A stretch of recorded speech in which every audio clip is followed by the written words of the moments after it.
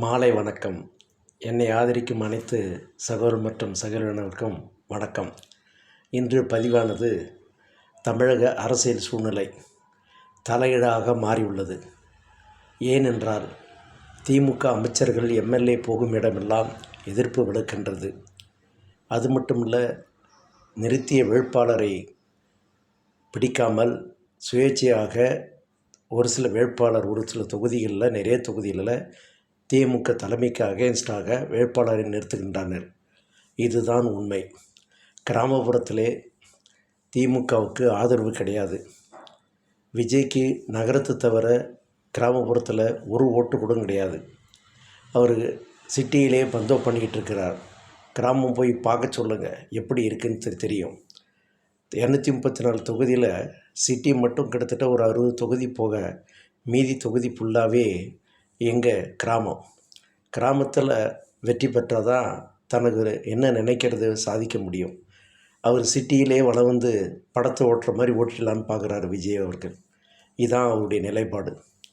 நாம் தமிழர் கட்சி ஓரளவுக்கு கிராமம் கொண்டு எல்லாமே ஓரளவுக்கு தெரிஞ்ச கட்சி, விவசாய சின்னம் வர.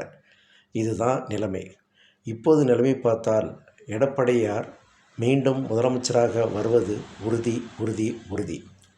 ஏனென்றால் சவுக்கு சங்கர் திமுகவுடைய அட்டூழியங்களை எல்லாம் எடுத்து போடுவதனால் சவுக்கு சங்கரை அரெஸ்ட் பண்ண வேண்டியதும், மாரிதாஸை அரெஸ்ட் பண்ணும் நோக்கத்திலே திமுக இப்போது போலீஸும் அவரை ஃபாலோ பண்ணிகிட்ருக்குறாங்க.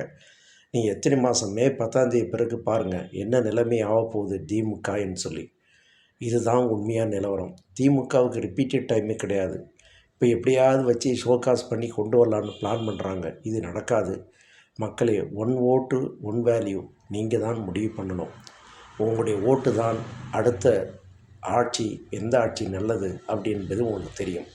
கொரோனா காலத்திலேயும் மக்களை காப்பாற்றியவர் எடப்பாடியார். மத்திய அரசாங்கத்தோடு ஒருங்கிணைந்து 11 மருத்துவக் கல்லூரியை கொண்டு வந்தார். 7.5 ரிசர்வேஷன் கொண்டு வந்து ஏழை மாணவர்களுக்கு, பள்ளி மாணவர்களுக்கு MBBS படிக்க உதவினார். இதை விட உன்னதமான திட்டம் இருக்கா? டிஎம்கேல 5 வருஷத்தில் ஒரு மருத்துவக் கல்லூரி கிடையாது. ஆனால் 5,65,000 கோடி. ஒரே 5 வருஷத்தில் 65 லட்சம் கோடி.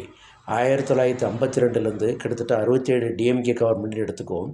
மொத்த கோடியே 4,90,000 கோடி. 5 லட்சம் கோடி கம்மி தான்.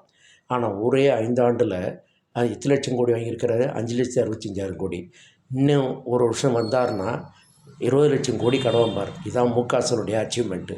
குடும்ப வளர்ச்சிக்காக, குடும்பத்தில் சொந்தம் வளர்ச்சிக்காக, மர்ம வளர்ச்சிக்காக பண்ணுவார். இந்த வீடியோ பிடிச்ச லைக் பண்ணுங்கள். நன்றி. மீண்டும் ஒரு சந்திக்கின்றேன்.